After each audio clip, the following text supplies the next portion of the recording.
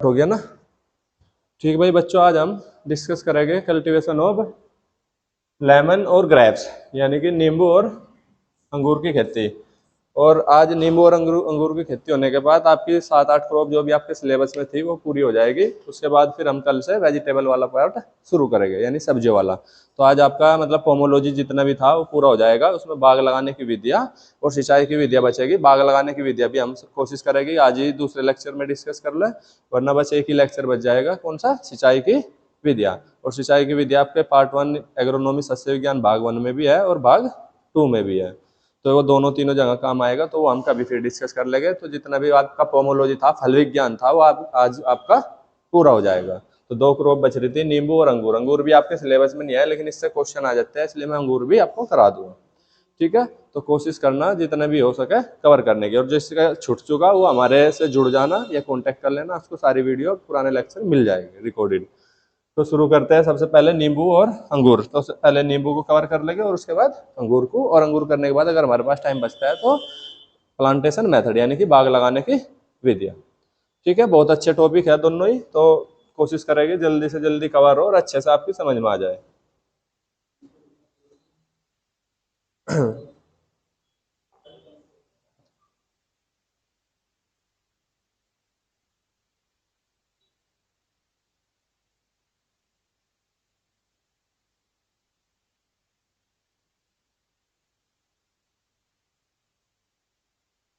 तो शुरू करते हैं।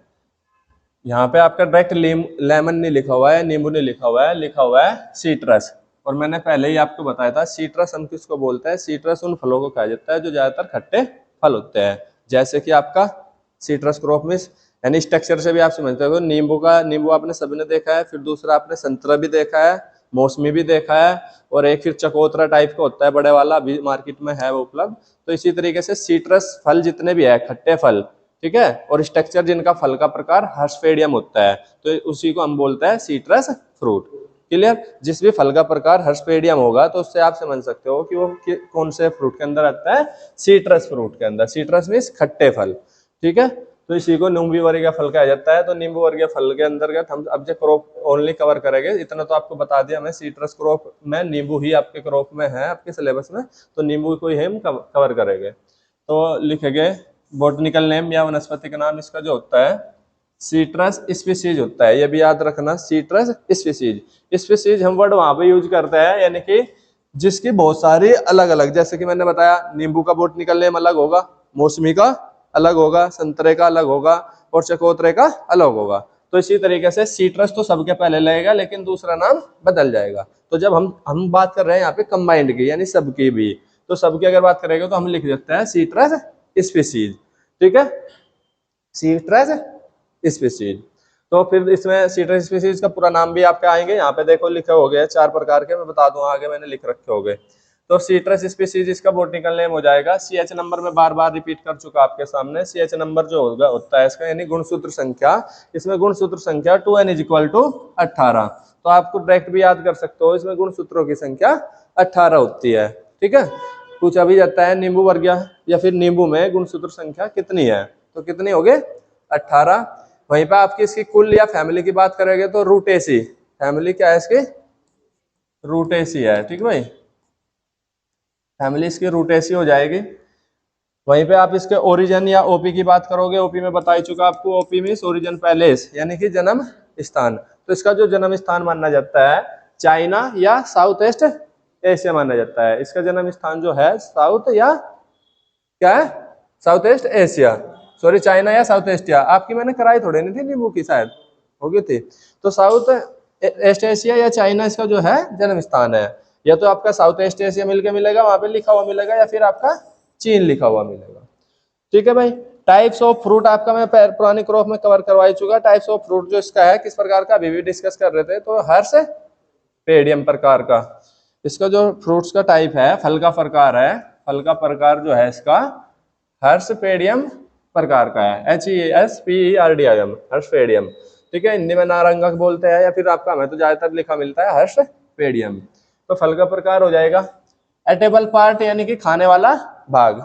तो खाने वाला भाग का मैंने बताया था इसका सरसरोम बोलते हैं, लेकिन कहीं भी लिखा नहीं मिलेगा आपका सरसरोम। आप अपनी जानकारी के लिए याद कर सकते हो, ज्यादातर आपको लिखेगा जूसी हेयर। देखो होगा आप सब लोग क्या खाते हो, नींबू खाते हो या फिर मौसमी सभी ने खाई होगी, मौसमी से भी बेटर संतरा तो लगभग सभी ने ही खाया होगा।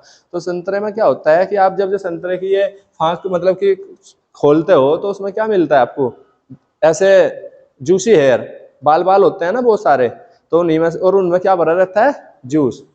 ठीक है, एक पूरी फांक है, फांक के अंदर भी बहुत सारे हेयर टाइप के है बाल थोड़े जो, और उसको फिर अगर उखाड़ोगे तो उनमें भी क्या होता है, जूस। तो इसीलिए इसका एटेबल पार्ट जो है क्या है, जूसी हेयर।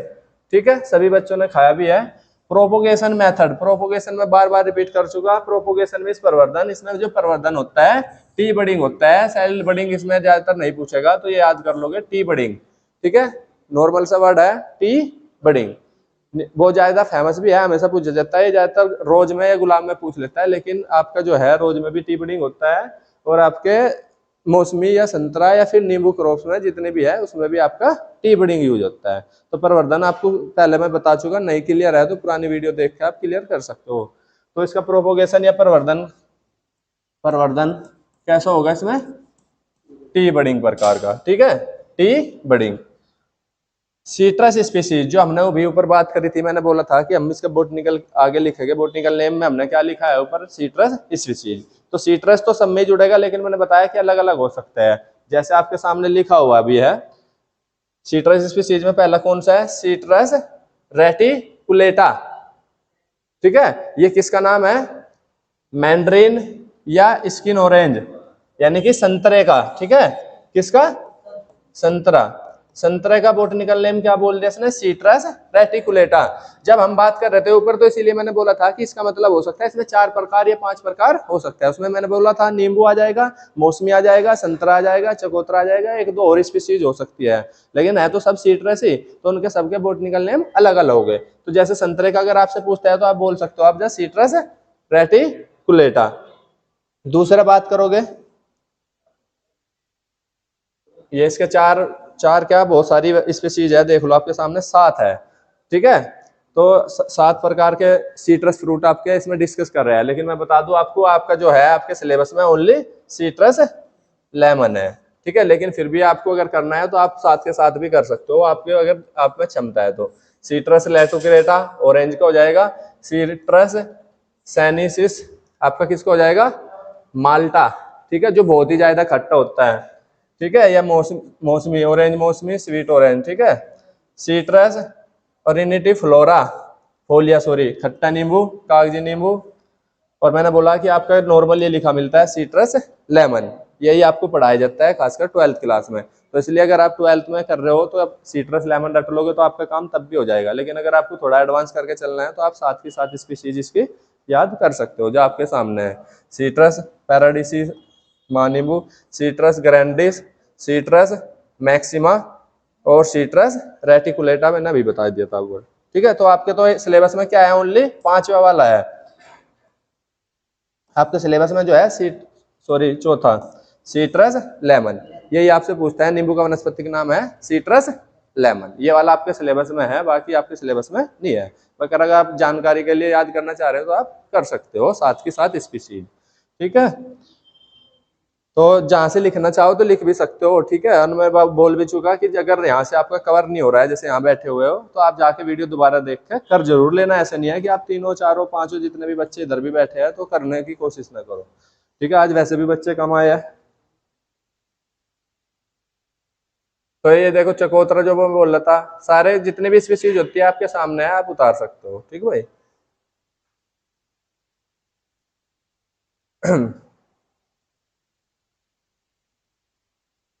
सीट्रस रेटिकुलेटा प्रजाति या किस्में इसकी जो है, रंगापुर लाइम, दूसरा काशी मैंड्रिन, नागपुर मैंड्रिन और किन्नो।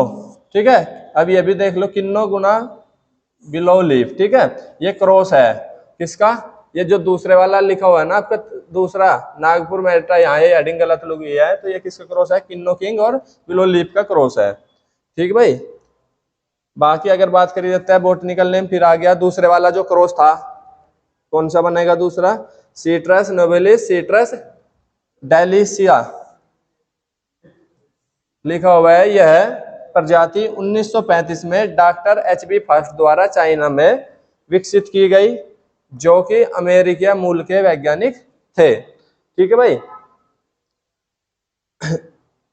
आपसे इतनी गहराई से क्वेश्चन कभी नहीं पूछेगा। मैं क्यों बोल के चलूं आपसे, मैं वो ये भी बोल सकता हूँ कि यहाँ से क्वेश्चन बन जाएगा, कभी नहीं बनेगा। आप अपनी जानकारी के लिए लिखना चाह रहे हो तो लिख सकते हो, इतनी भी इंपॉर्टेंट नहीं है। सीट्रस लेमन याद कर लोगे, उसमें गुणसूत्र की संख्या 18, ओरिजिन पैलेस्टीन, ये और फैमिली रूटेसी, 5-10 हेडिंग है और प्रोपोगेशन टी बडिंग। तो ये वाले क्वेश्चन बन सकता है, लेकिन आप 12th के बच्चे हो तो ये आपसे नहीं पूछा जाएगा। फिर भी आप अपनी जानकारी के लिए अपने माइंड को याद रखना चाह रहे हैं, कैचिंग करना चाह रहे हैं तो लिख सकते हो। तो चलते आगे, इसकी वैरायटी भी ज्यादा इंपॉर्टेंट नहीं पूछी जाएगी।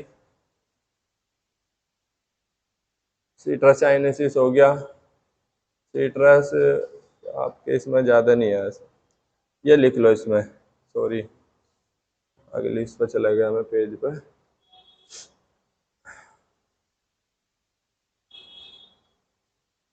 आते ना इसके जो है आपका स्पेसिंग तो मैं एक दिन में ही करा दूंगा, स्पेसिंग अभी आपको नहीं लिखनी। सीट्रस में ये भी नहीं आपको करना। अब इसमें से आपका क्वेश्चन बनेगा सीधा सीधा, मैं आपको जो क्वेश्चन बनेगा वही लिखवा दे रहा हूँ, ज्यादा टाइम ना वेस्ट करते हुए। इसमें से आपका डिसीज और ऑर्डर में से क्वेश्चन बनता है। ठीक है भाई, करने को पूरी करो, अब आप कर सकते हो, लेकिन मैं बता दीजिएगा आज तक का तुमसे कितने भी पढ़ के चले जाओ, क्वेश्चन जहां से बनेगा मैं डिस्कस करके आपको बता रहा हूँ। इस डिसीज या डिसऑर्डर, इसमें भी आप बच्चे कंफ्यूज हो जाते हो, रोग और विकार। ठीक है भाई, दो चीज होती है, रोग और विकार। इसको मैं थोड़ा सा आपको अलग पेज पे समझा देता हूँ। ठीक है भाई, दो वर्ड होते हैं, रोग और विकार। पहले तो यही जान लो कि डिफरेंट क्या होता है। ठीक भाई, इतना क्लियर हो गया। दो वर्ड है आपके सामने, रोग और विकार। तो कोई बताएगा रोग और विकार में अंतर, कोई सा भी बच्चा? हाँ भाई राणा जी, रोग और विकार में क्या अंतर है? पता नहीं भाई। विकार में से पहले हम विकार की बात कर लेते हैं, इसे हिंदी इंग्लिश में बोलते हैं डिसऑर्डर। डिस ऑर्डर और इसको डिसीज। ठीक है, तो सबसे पहले हम डिसऑर्डर की बात कर लेते हैं। Disorder, what is disorder? विकार। तो आपको नहीं पता, मैं बता रहा हूँ, ध्यान से समझ लियो, आज बता दूंगा, बार बार रिपीट नहीं करेंगे। जैसे आपके शरीर में देखोगा, एक तो हमारे जैसे मुझे 2-4 दिन से अभी बुखार आ रहा है, तो बुखार इज डिसीज। ठीक है, बुखार इज डिसीज। लेकिन आपने एक सुना होगा कि उसको क्या हो गया, अधरंग मार गया। अधरंग को इंग्लिश में क्या बोलता है? पाइल्स, पैरालाइज है ना, कि पैरालाइज हो गया वो, अचानक से बॉडी में चेंज होना। ठीक है, तो उसको क्या बोलते हैं? डिसऑर्डर। समझ रहे हो ना? और इतना भी आपको पता है कि डिसऑर्डर को जल्दी से कवर नहीं किया जा सकता और डिसीज को कवर किया जा सकता है। तो अब बताओ, यानी समझे एग्जांपल के तौर पे, अचानक से बॉडी में चेंज होना डिसऑर्डर या विकार कहलाता है। और कोई रोग होना, यानी कि धीरे धीरे हमारी बॉडी एक टेम्परेचर अलग टाइप से हो जाएगा, फिर घटता बढ़ता रहेगा, या फिर कुछ भी अचानक से तो चेंज उसमें भी होता है, लेकिन उसको हम कवर जल्दी कर लेते हैं, लेकिन डिसऑर्डर को कवर जल्दी नहीं कर सकते। मैंने एग्जांपल बार बार रिपीट कर रहा हूँ, जैसे आदमी के शरीर में पैरालाइज हो जाता है तो वो डिसऑर्डर है, और एक बुखार हो जाता है, फीवर हो जाता है, वो रोग है। इसी तरीके से प्लांट में होता है डिसऑर्डर और डिसीज। क्लियर? तो डिसऑर्डर क्या बताया? अचानक से शरीर में बदलाव हो जाना, या उसको और दोबारा से पहले जैसी अवस्था में ना आना, तो ये क्या कहलाता है? डिसऑर्डर। ठीक है, और रोग यानी कि इसमें भी होता है, तो अचानक से शरीर में परिवर्तन है, लेकिन इसको पहली अवस्था में लाया जा सकता है किसी कंट्रोल मेथड से। ठीक है, लेकिन इसमें समय लगता है और इसमें समय ज्यादा लगता है। तो यही डिसऑर्डर और डिसीज होती है। आगे समझ में? अभी भी नहीं आया तो एक बार और रिपीट कर रहा हूं बार बार। डिसऑर्डर में जैसे आदमी का शरीर पैरालाइज हो जाता है तो वो क्या है? डिसऑर्डर है। और एक फीवर हो जाता है, वो क्या है? डिसीज या रोग है। ठीक भाई, तो अब बात कर लेते हैं हम अपने इसकी बात कर रहे थे लेमन में, डिसऑर्डर और डिसीज की। तो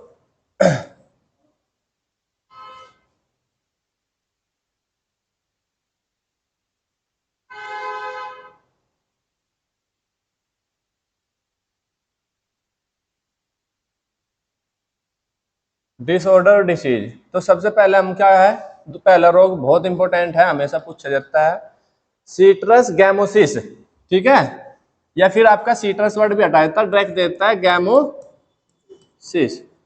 गैमोसिस किसका रोग है, तो गैमोसिस जो है आपका लेमन का है, नींबू का रोग है, और किसके द्वारा लगता है, आपके सामने लिखा है कवक के द्वारा, बाई फंगस के द्वारा, ठीक है, किसके द्वारा लगता है, फंगस के द्वारा लगता है। इसका जो जूलॉजिकल नेम है या साइंटिफिक नेम है फाइटोपथेरा स्पेसीज है, ठीक है, फाइटोपथेरा स्पेसीज। लेकिन आपसे मैंने बता दिया, आपसे सिर्फ इतना ही ज्यादातर पूछता है कि किसके द्वारा लगता है, फंगस के द्वारा लगता है, ठीक है, और कौन सा रोग है और किसका रोग है। तो अगर कहीं भी लिखा मिल रहा है गैमोसिस या सीट्रस गैमोसिस किसका रोग है, नींबू का रोग है, और किसके द्वारा लगता है, फंगस के द्वारा लगता है, ठीक भाई, और किस में लगता है, नींबू में लगता है। दूसरा रेग है, दोनों ही रोग इंपॉर्टेंट है, आपकी बार भी दोनों में से एक क्वेश्चन था, या तो कैंकर पूछता है या गैमोसिस। आपके बोर्ड के एग्जाम में भी हमेशा क्वेश्चन आता ही आता है, आज लिख लो, बोल दिया मैंने, कितना परसेंट दे दी गारंटी, 100% बोल दिया कि ये क्वेश्चन आएगा ही आएगा। सीट्रस गैमोसिस और सीट्रस कैंकर, दोनों में से एक क्वेश्चन जरूर आता है, ठीक है। तो सीट्रस कैंकर देखोगे किसके द्वारा लग रहा है, जीवाणु के द्वारा, किसके द्वारा लग रहा है, जीवाणु के द्वारा, यहीं से क्वेश्चन बनाता है। या तो ये पूछेगा गैमोसिस किसके द्वारा लगता है, फंगस के द्वारा, और यह पूछेगा कैंकर किसके द्वारा लगता है, जीवाणु के द्वारा। और आप हमेशा कंफ्यूज हो जाओगे, कैंकर को कवक के द्वारा बना दोगे और गैमोसिस को जीवाणु के द्वारा। तो ये आपको नोट करना है कि किसके द्वारा होता है।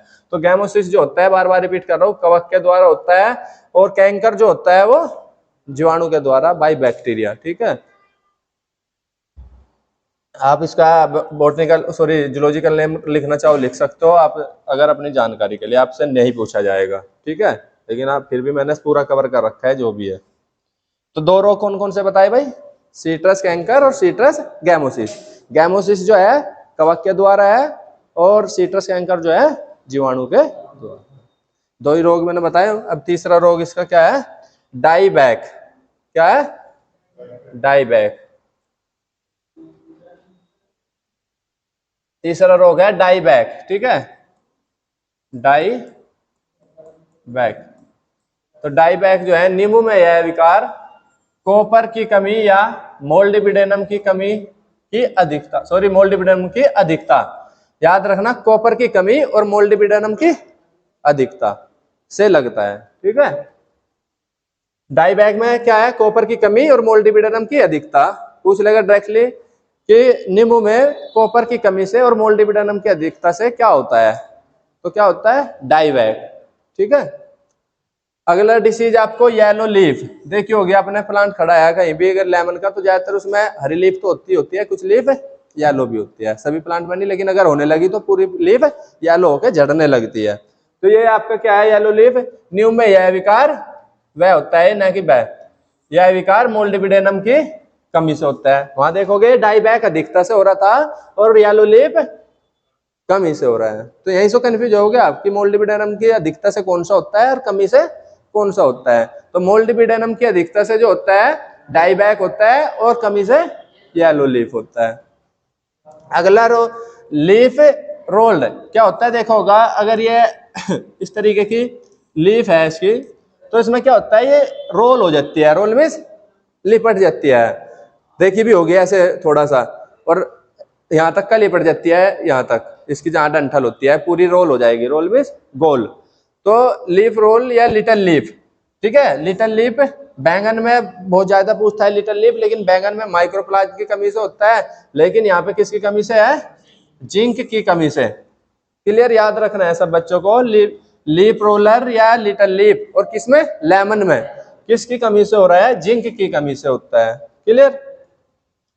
सीट्रस अगला डिसीज है, सीट्रस ट्रिस्टिजा, लेकिन ये रोग ज्यादा इंपॉर्टेंट नहीं है, करो या ना करो, बस फिर भी अगर आप करना ही चाह रहे हैं तो यही इसका इंपॉर्टेंट है, किसके द्वारा होता है, वायरस। क्यों इंपॉर्टेंट हो जाएगा ये रोग, ज्यादा इंपॉर्टेंट नहीं, इंपॉर्टेंट यही हो जाता है क्योंकि देखो अपने एक डिसीज पढ़ी है, किसके द्वारा था, एक डिसीज थी बाई फंगस, कौन सी थी, बाई फंगस, गैमोसिस, ठीक है। सीट्रस गैमोसिस किसके द्वारा होता है, कवक के द्वारा होता है, फिर दूसरा होता है सीट्रस कैंकर। सीट्रस कैंकर जीवाणु के द्वारा था। और तीसरी डिसीज, ये इंपोर्टेंट क्यों हो जाएगी, है नहीं, लेकिन अगर बनाएगी कोई भी इससे क्वेश्चन तो यही बनाएगी, तो वायरस के द्वारा नींबू में कौन सा रोग होता है, तो सीट्रस ट्राइस्टिजा वायरस के द्वारा होता है। तो आगे समझ में, ध्यान से समझो, याद करने की ट्रिक होती है अपनी अपनी सबकी, लेकिन मेरा काम बताना समझाने का था, आप किस तरीके से करते हो वो आपका काम है। 3 डिसीज आ गई, एक कवक के द्वारा, एक जीवाणु के द्वारा, एक वायरस के द्वारा, और फिर 2 डिसीज ऐसी थी, एक मोल्डिबिडानम की अधिकता से, एक मोल्डिबिडानम की कमी से। ठीक है, तो बाकी 6 डिसीज मैंने डिस्कस करी है अभी। 7वीं आपके सामने है, 7वीं डिसीज आपके पास है सीट्रस ग्रेनिंग। सीट्रस ग्रेनिंग, नींबू में यह रोग माइक्रोप्लाज्म, देखो क्वेश्चन कितना अच्छा निकाला। मैंने अभी बात करी थी लिटिल लीफ जो होता है बैंगन का, अगर हम थोड़ा सा, क्योंकि एग्रीकल्चर में हो तो थोड़ा सा अगर पूछ लेगा तो लिटिल लीफ वर्ड आते सार हमारा माइंड कहाँ चला जाता है, बैंगन की तरफ, जबकि लिटिल लीफ होता है बैंगन में भी है और नींबू में भी। लेकिन नींबू में किसकी कमी से बताया अभी आपको, अभी तो बताया यार, कितने जल्दी भूल गए, वायरस है, वायरस था क्या था, इतने जल्दी भूल गए। देखो ये रहा जिंक की कमी से, ठीक है, वायरस से तो ये था ना सीट्रस ट्राइस्टिजा, तो जिंक की कमी से था, ठीक है, तो यही तो मैं बोल रहा हूँ। और वहीं से अगर लिटिल लीफ, हम बैंगन की बात कर रहे हैं क्योंकि हॉर्टिकल्चर पढ़ रहे हैं तो माइंड जाएगा ही, तोड़ेगा ही, और वही क्वेश्चन आप गलत कर दोगे। तो अगर लिटिल लीफ पूछ रहा है नींबू में तो जिंक की कमी से, और पूछ रहा है बैंगन में तो माइक्रोप्लाज्म की कमी से। और आपका इसमें भी है, ध्यान से देखो आपके सामने ही, सीट्रस ग्रेनिंग, सीट्रस ग्रेनिंग, नींबू में यह रोग माइक्रोप्लाज्म के द्वारा होता है तथा सीट्रस पैसिला द्वारा एक पौधे से दूसरे पौधे तक फैलाया जाता है। सीट्रस पैसिला क्या है, सीट्रस पैसिला क्या है?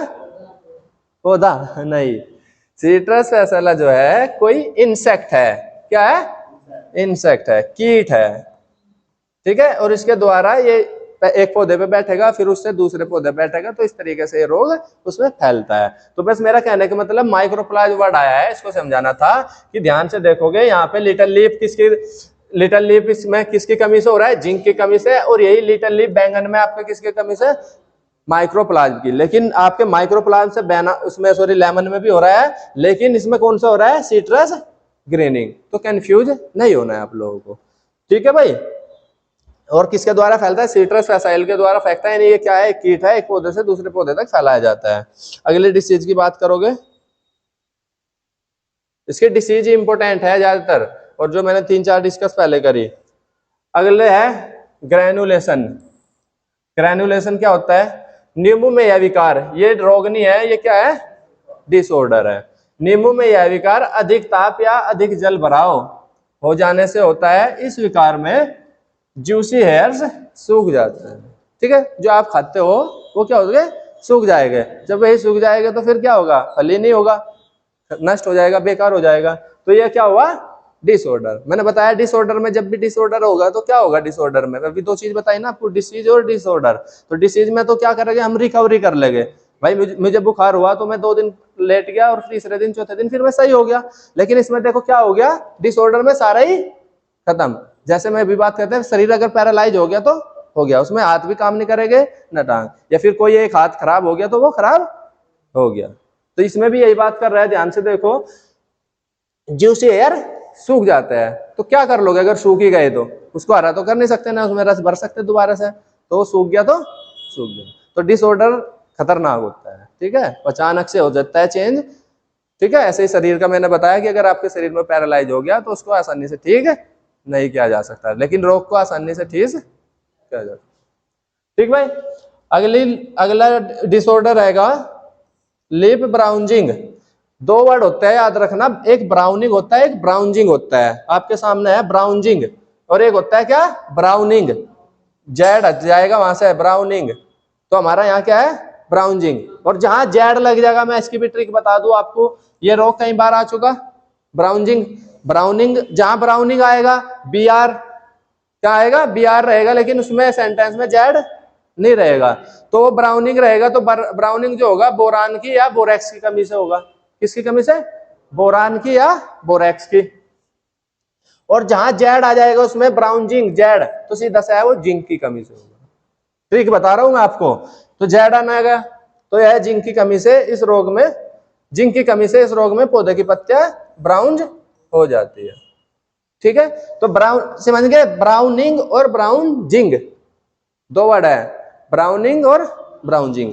जिसमें जेड लग जाएगा तो आपको कुछ भी नहीं सोचना है, सीधा सा समझ जाओ वो क्या है, जिंक की कमी से है। ठीक है, यहाँ जेड लगा हुआ है, ध्यान से देखो, तो ये जिंक की कमी से होगा। और जिसमें इस ये ब्राउनिंग लिखा रहेगा तो वहां पे जेड नहीं आएगा, तो वो किसकी कमी से होगा, बोरान की या बोरेक्स की। क्लियर, तो दो ट्रिक आपको पता चल गई, लीप ब्राउनिंग भी होता है और लीप ब्राउन जिंक भी होता है, जेड से जिंक, और जिसमें जेड गायब हो गया तो वो बोरान है। क्लियर, तो बस यही आपकी इस तरीके से सीट्रस क्रॉप पूरी होती है। सीट्रस क्रॉप में से क्या है, डिसीज जो है, और डिसीज में भी मैंने वैसे सारे डिस्कस करे हैं, लेकिन तीन, एक वायरस के द्वारा है, एक जीवाणु के द्वारा है, और एक कवक के द्वारा है। तो तीनों इंपॉर्टेंट हो जाती है, एक मोल्डिबिडेनम की कमी से है, एक मोल्डिबिडेनम की अधिकता से है, और बाकी दो डिसऑर्डर थे वे मैंने डिस्कस करे आपके।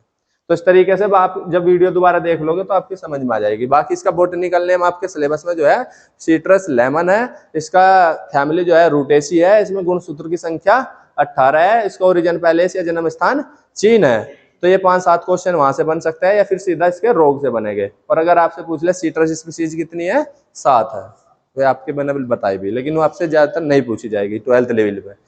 ठीक है भाई, इस तरीके से आपकी इस डिसीज से, सॉरी इस क्रॉप से इतने क्वेश्चन बन सकता है। तो अगली क्रॉप मैंने बोली थी कि अंगूर को भी हम कवर करेंगे। हालांकि कुछ बच्चों की शिकायत आई मुझे कि सर एक दिन में एक ही क्रॉप करवाओ।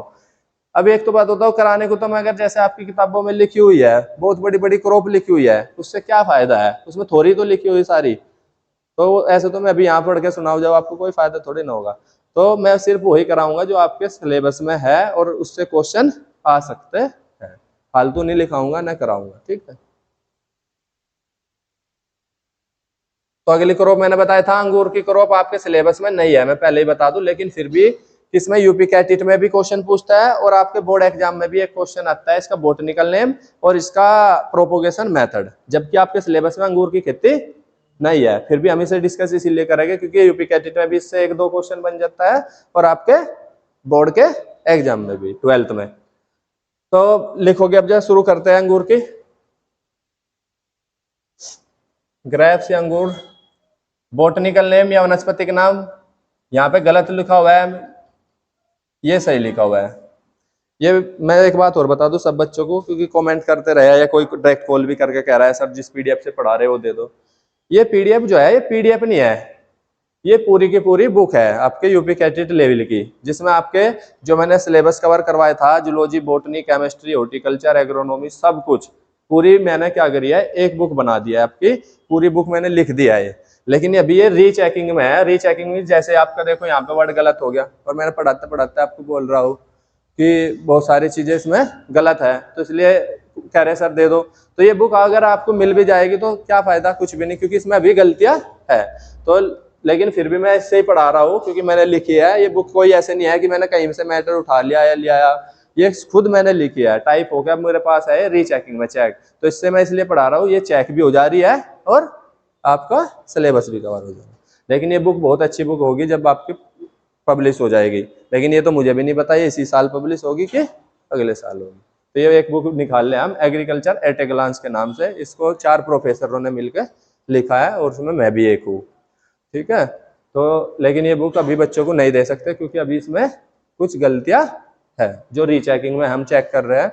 इसमें आपको सारे सिलेबस भी मिलेंगे, इसके 2 पार्ट आपको मिलेंगे, ये भी मैं बता दूं, agriculture at a glance objective और agriculture at a glance subjective. एक में सब्जेक्टिव हो गया जैसे ये है, और एक में क्या होगा, बहुविकल्पीय क्वेश्चन होगी। तो 2 पार्ट में ये निकलेगी, तब भी निकलेगी, ये मुझे भी नहीं पता ये कब निकलेगी, क्योंकि अभी इसमें मुझे लगता है टाइम लग जाएगा। लेकिन फिर भी मैंने, आप भी पढ़ रहे हो उसे, देख भी रहे हो, बहुत सिंपल बनाने की कोशिश करी है। मेरा मानना यह है कि अगर आपको ये बुक मिल जाएगी जब रेडी हो जाएगी तो शायद आपको कोचिंग की भी जरूरत ना पड़े। ठीक है, लेकिन बस यही है कि कुछ टर्म्स है, जैसे अभी इसमें टेबल पार्ट है, हिंदी मीडियम के बच्चों को नहीं होगा पढ़ना तो फिर भी पढ़ेगा ही ना, लेकिन फिर भी अगर थोड़ा सा भी बच्चा पढ़ा लिखा है तो वो बुक से भी कर सकता है। ठीक है, तो शुरू करते हैं। जो आपका यहाँ विटिल लिखा हुआ है ये विटिस होता है, तो विटिस वैनिफेरा होता है, हिंदी वाले लिख सकते हो विटिस वैनिफेरा। विटिस वैनीफेरा, इसका जो बॉटनिकल नेम है विटिस वैनीफेरा। ठीक भाई, अंगूर का सबसे ज्यादा क्वेश्चन यहीं से बनता है। अंगूर का वनस्पति का नाम क्या है? विटिस वैनीफेरा है। 2n बराबर 38 होता है। गुणसूत्र संख्या कितनी है इसमें?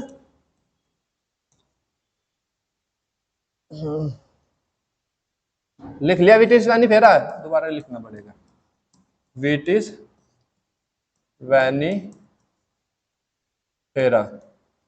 ठीक भाई, 2n इज इक्वल टू 38, गुणसूत्र संख्या 38 हो जाएगी।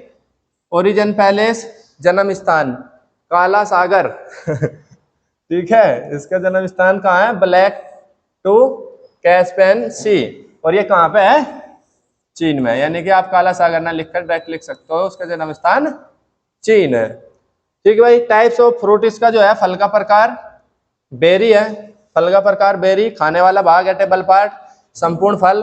देखा ना, अंगूर को तुम छीलते थोड़े ना हो या फिर कुछ और करते हो, तो उसका क्या खाया जाता है? संपूर्ण फल खाया जाता है। एटेबल पार्ट खाने वाला भाग, संपूर्ण फल। प्रोपोगेशन मेथड इसका मोस्ट इंपोर्टेंट है, हार्डवुड कटिंग। ठीक है, हमेशा ये दो ही क्वेश्चन में बता चुका आपसे। विटिस वैनीफेरा इसका बॉटनिकल नेम है, ये पूछा जाएगा। ये सीधा आपसे पूछ लेगा इसका प्रोपोगेशन या प्रवर्धन मेथड। तो इसका प्रवर्धन मेथड है hardwood cutting. Hardwood means cutting means इसमें जो आपकी 1 साल पुरानी ब्रांच हो जाती है। ठीक है, इसका क्या होता है? पेड़ तो होता नहीं है, एक तरीके से प्रतान होती है, बेल होती है, फैलती है। तो उसमें जो 1 साल पुरानी शाखा है उसको काट के कोई भी टुकड़ा लगा दोगे तो उससे क्या होगा? नया पौधा हो जाएगा तैयार। Hardwood cutting. Hardwood cutting means क्यों बोल रहा है? जो उसकी बैल है, बैल मीन्स फैलने वाला पौधा है इसका, तो उसकी नई वाली भी है। अगर नई वाली होगी तो वो सॉफ्ट होगी, तो सॉफ्ट को आप लगा दोगे वो नहीं होगी। इसीलिए यहाँ पे वर्ड यूज किया गया है हार्डवुड। हार्डवुड, वुड मीन्स क्या होता है? लकड़ी। तो हार्डवुड कटिंग, कठोर लकड़ी का कोई भी टुकड़े से इसका पौधा तैयार किया जा सकता है। तो इसका यही पूछा जाता है क्वेश्चन, प्रोपोगेशन मेथड, प्रवर्धन। ठीक है, हार्डवुड कटिंग और इसका बॉटनिकल नेम। बाकी तो आपको मैंने सारी चीजें बता दी कि पूछने को कुछ भी पूछ सकता है, लेकिन अभी तक जो मैंने अपना एक्सपीरियंस से मैं बता रहा हूँ, 2 ही क्वेश्चन मैंने देखने को मिला है, प्रोपोगेशन मेथड और ये। बाकी तो ये इसके इंपोर्टेंट है, ये आप कर लो। अब लिखोगे वाटर इन ग्रेप्स। अंगूर में जल की मात्रा कितनी होती है? 70 से 80%।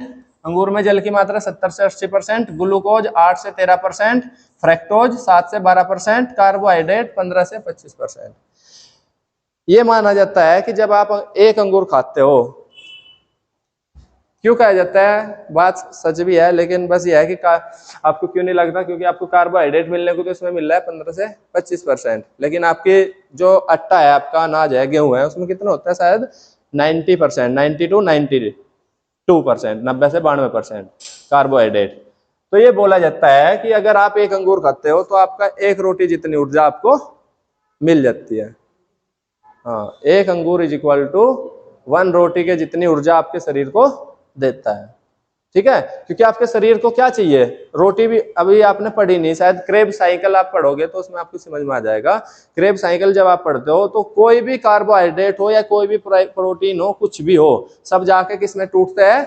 ग्लूकोज और फ्रैक्टोज में। ठीक है, कुछ भी खाओगे तो वो किस में जाकर कन्वर्ट होएगा? आपका ग्लूकोज या फ्रैक्टोज में। और ग्लूकोज और फ्रैक्टोज में होगा तो हमारा तो जो ग्रेप्स है या अंगूर है, वो तो खुद ही कितना दे रहा है? ग्लूकोज।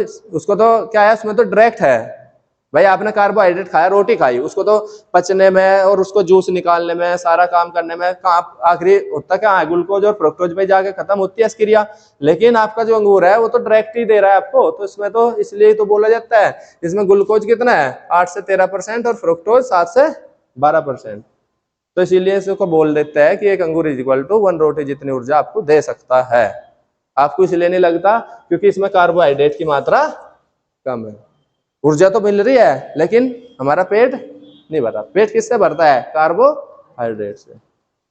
समझ रहे हो ना? लेकिन आपका भाई एक तरीके से वही बात आ गई कि अगर बात करी जाए 1 रोटी की, तो उससे अगर हमें इतना मिल रहा है ना, 8 से 13% ग्लूकोज, तो वो 1 अंगूर से मिल रहा है। लेकिन हमें 1 अंगूर खाने के बाद हमको क्या लगता है कि हम भूखे हैं, जबकि ऊर्जा जितनी 1 रोटी से मिलनी थी वो उतनी 1 अंगूर से मिल गई। ठीक है। और ये भी एक फैक्ट माना जाता है, मैं आपको बता दूं कि जब आप अंगूर खा लेते हो, ग्लूकोज और फ्रैक्टोज इसके अंदर होता है, तो ग्लूकोज और फ्रैक्टोज, तो इसके ऊपर जब आप अंगूर खा लिया और अंगूर खाने के बाद अगर आप कोई दवाई मेडिसिन ले लेते हो तो वो क्या करती है, रिएक्शन कर जाती है। तो इसलिए बोला जाता है अंगूर खाने के बाद 20 से 25 मिनट बाद दवाई या मेडिसिन लेनी चाहिए।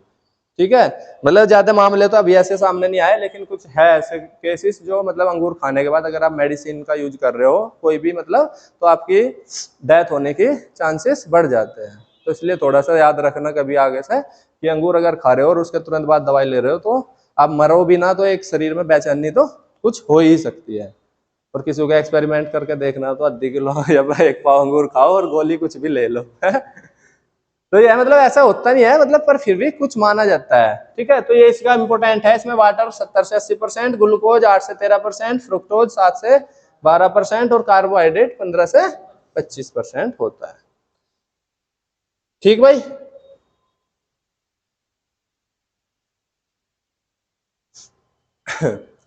तो इसी तरीके से ये आपकी, ये लिख लो थोड़ा सा और है, क्योंकि इसमें ट्रेनिंग एंड प्रूनिंग जो मैंने उसमें भी बताई थी, इसमें भी थोड़ा सा इंपोर्टेंट है। एसिड जो होता है, ये वाला क्वेश्चन इससे बना हुआ है भाई, टार्टरिक एसिड होता है, इससे भी क्वेश्चन बनता है। मैं बता दूं कैसे पूछता है। आपका 2 क्वेश्चन पूछेगा, जैसे नींबू से देगा, नींबू में कौन सा एसिड पाया जाता है, तो 2 ही एसिड आपके होते हैं नेचुरल, टार्टरिक और साइट्रिक। तो नींबू में जो होता है साइट्रिक एसिड होता है, और इसमें अंगूर में जो होता है टार्टरिक एसिड होता है।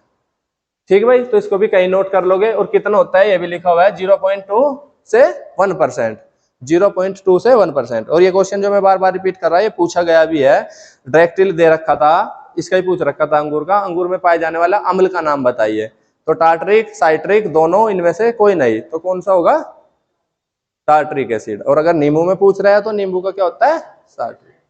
ठीक है, क्लियर। टीएसएस की फुल फॉर्म मैंने लिखवाई थी टोटल सोल्यूबल साल्ट, घुलनशील लवण हिंदी में बोलता है। टीएसएस की फुल फॉर्म लिखनी तो लिख लो total soluble salt. Total soluble, soluble means घुलनशील, साल्ट मीन्स लवण। तो घुलनशील लवण की मात्रा इसमें जो होती है 20 से 24% होती है। कितनी होती है, 20 से 24% टीएसएस की मात्रा। तो अब आगे से याद रखना, कहीं भी टीएसएस वर्ड आ रहा है तो टीएसएस का मतलब है टोटल सोल्यूबल साल्ट, घुलनशील लवण। तो 20 से 24%। कल मैं बता चुका था आपको अंगूर में सुसुप्त अवस्था, तो मैंने कल बताई थी, परसों कल ही बताई थी ना शायद, कल परसों, तो परसों बात करी थी हमने डोरमेंसी स्टेज की, हमने दोनों में कवर करा था, सीड में भी और प्लांट में भी। तो इसलिए आपको अब नहीं बताऊंगा मैं डोरमेंसी क्या होता है। डोरमेंसी पीरियड इसका जो होता है, लिख सकते हो आप, प्लांट की बात कर रहे हैं यहाँ से, न कि सीड की।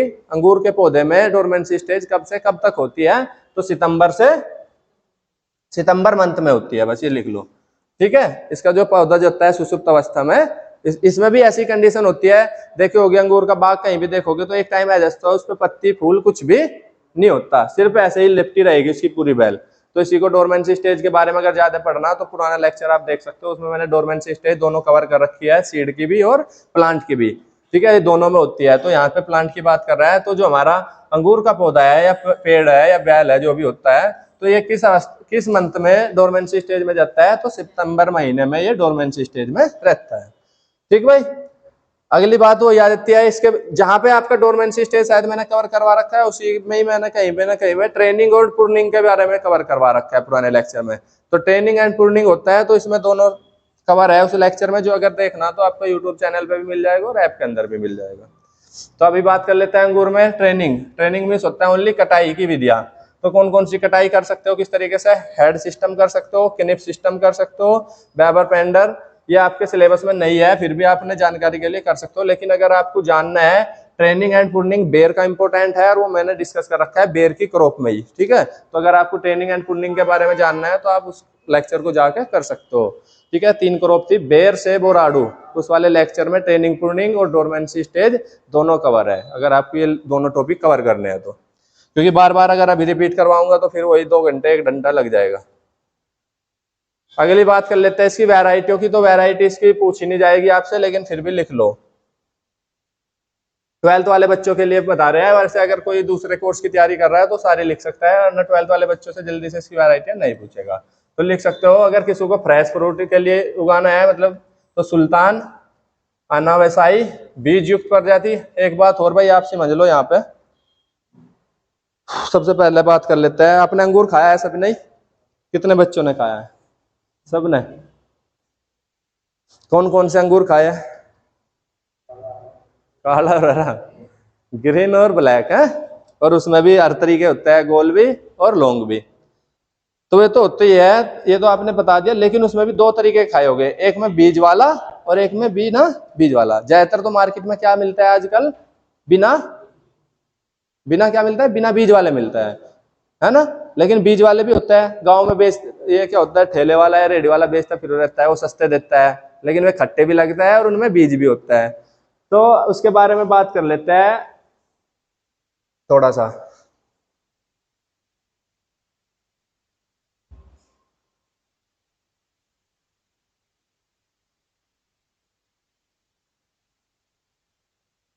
ठीक भाई, किसके बात है? सीडलेस। क्या वर्ड होता है? सीडलेस, बीज रहित। क्या होता है? बीज रहित। अब इसके बारे में मैं आज बता देता हूँ, बार बार नहीं बताऊंगा भाई। आजकल तुम देख रहे हो तरबूज, तरबूज भी सीडलेस आने लगे, जो देखी होगी कोई वैरायटी। तरबूज से भी बेटर पपाया भी आपने खाया है, पपीता, पपीता भी सीडलेस होते हैं। एक ऐसा होता है पपीता काटा, उसमें बहुत सारे सीड होते हैं, और एक काटा कि उसमें कोई भी सीड नहीं है। देखा है, खाया है पपीता जो खाता हो पका हुआ पूरा, तो कुछ में तो सीड निकलते हैं, कुछ में नहीं निकलते। ऐसे ही आपके अंगूर में है, अंगूर भी आप कुछ तो अंगूर ऐसे मिल जाएगा मार्केट में कि उनमें बीज होता है, और कुछ ऐसे मिल जाएगा कि बीज नहीं होता। तो ये बनाए कैसे जाते हैं? जो सीडलेस है, कुछ तो वैरायटी डेवलप कर दी, अब तो बीज ही ऐसा आ गया कि आप उसे उगाओगे तो उसमें बीज नहीं होगा उसके फल में। लेकिन कुछ नेचुरल मेथड भी है जिसको हम, सॉरी नेचुरल कह रहा, मतलब टेक्निकल मेथड भी है जिसको हम बना सकते हो। तो आपके जो अंगूर की बात में, अंगूर की बात करूं तो अंगूर जो है आपका, अंगूर आपने दोनों प्रकार का खाया है, सीडलेस भी और सीड वाला भी, यानी बीज रहित भी और बीज वाला भी। तो ये जो अंगूर है, एक तो ये है, एक दूसरा ये है, इसमें बीज है और इसमें बीज नहीं है। तो इसमें हम क्या कर सकते हैं? जिब्रेलिन्स हार्मोन आता है। क्या आता है? Gibberellins hormone. और एक जिब्रेलिन्स हार्मोन आता है, और उसका छिड़काव हम करते हैं फ्लावरिंग के टाइम। कब करते हैं? फ्लावरिंग। अभी मैं किसकी बात कर रहा हूँ? पपाया में भी कर सकते हो, मतलब जितने भी आपको सीडलेस बनाना है कोई भी फ्रूट, अगर कोई भी फल आपको बिना बीज का बनाना है, तो उसमें क्या करते हो हम? फ्लावरिंग के टाइम जिब्रेलिन्स हार्मोन का छिड़काव करते हैं। तो उससे होता क्या है? होता क्या है उसमें? पूरा पढ़ना है ना, अधूरी जानकारी थोड़ा ना लेनी है हमें। क्या करते हैं भाई, ध्यान से समझियो। मेल और फीमेल है, फ्लावर हो गए, समझ रहे हो? मेल हो गया और फीमेल हो गया, इतने तो सारे बच्चे समझो, नर और मादा। तो जब इनका क्रॉस होगा जब ही तो फ्रूट बनेगा या फल बनेगा। इतना तो समझ में भाई, मेल और फीमेल क्रॉस हो गया कोई भी फ्रूट बनाते हैं प्लांट्स में। तो जब हम क्या करेंगे, हम इसमें क्या करेंगे, मेल और फीमेल का क्रॉस हो जाने के बाद, क्रॉस तो होने देंगे लेकिन हो जाने के बाद, ठीक है, मेल और फीमेल का क्रॉस तो करा दिया, लेकिन कहां तक? स्टिग्मा तक बस। कहां तक? स्टिग्मा तक। स्टिग्मा क्या बोलते हो? वर्तिकाग। समझ नहीं रहे ना, एक मेल पार्ट है एक फीमेल पार्ट है। तो जब दोनों का क्रॉस होता है तो फ्लावर बनाना पड़ेगा यार तुम्हें समझाने के लिए, तुम क्या ही बताऊं मैं।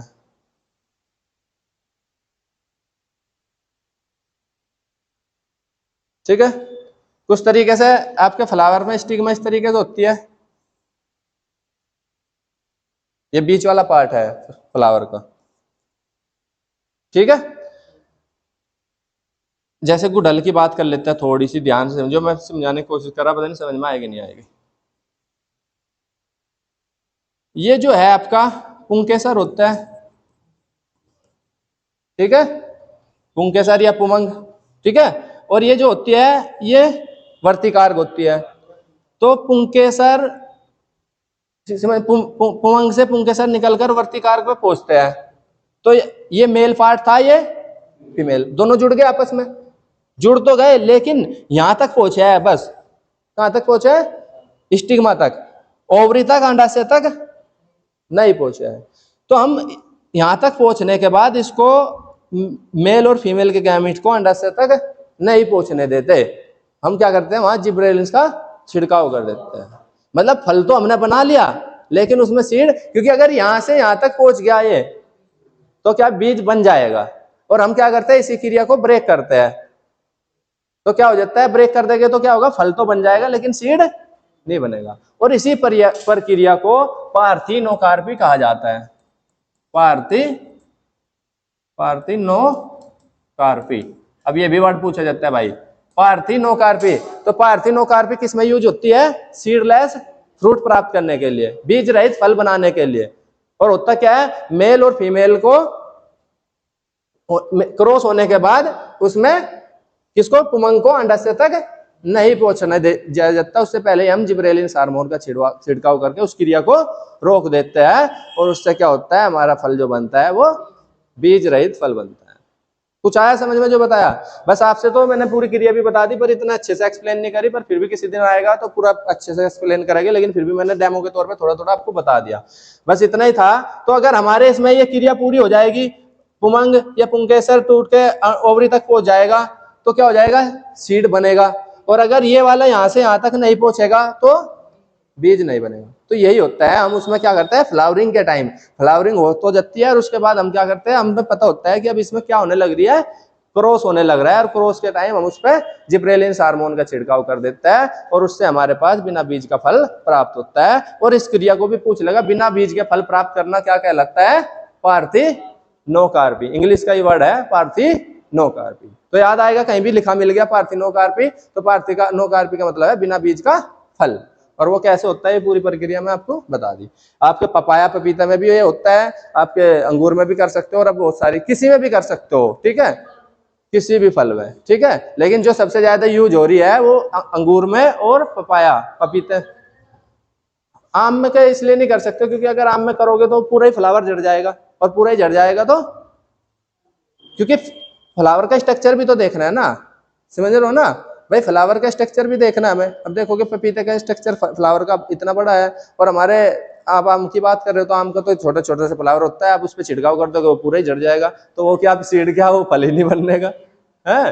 तो इसलिए सभी में नहीं किया जा सकता, लेकिन कुछ फ्रूट्स में किया जा सकता है। जैसे मैंने एग्जाम्पल दो आपको बहुत अच्छे दिए, पपाया में और अंगूर में। तो आगे आपको सीडलेस फ्रूट बनाना, बिना बीज का फल कैसे बनाते हैं और क्या कहलाता है बिना बीज का फल बनाना, क्या कहलाता है, पार्थिनोकार्पी। तो क्लियर?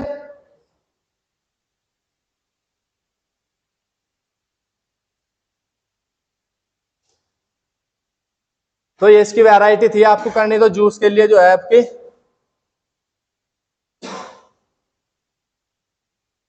सीडलेस जो है, पूसा सीडलेस और थॉमसन सीडलेस, ठीक है। ब्लैक चंपा अर्ली मास्केट इसके जूस के लिए है। बीज युक्त जो है जिसमें बीज पाए गए, बेंगलोर ब्लू और गुलाबी मास्केट।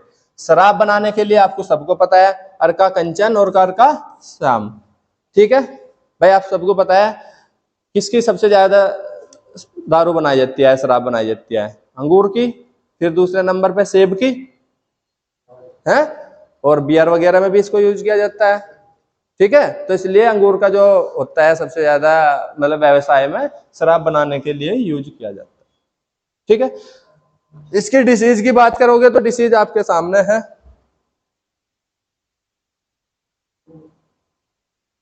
पाउडरी मिल्ड्यू अंगूर में एरो कवक के द्वारा होता है। डाउन मिल्ड्यू यह भी कवक के द्वारा होता है, लिटिल लीफ जिंक के कारण। और हैन एंड चिकन अंगूर में यह बीमारी बोरान की कमी से होती है।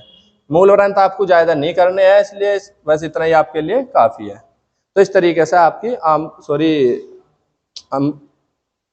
क्या था हमारा, अंगूर की और दूसरी क्रॉप नींबू की पूरी हो जाती है।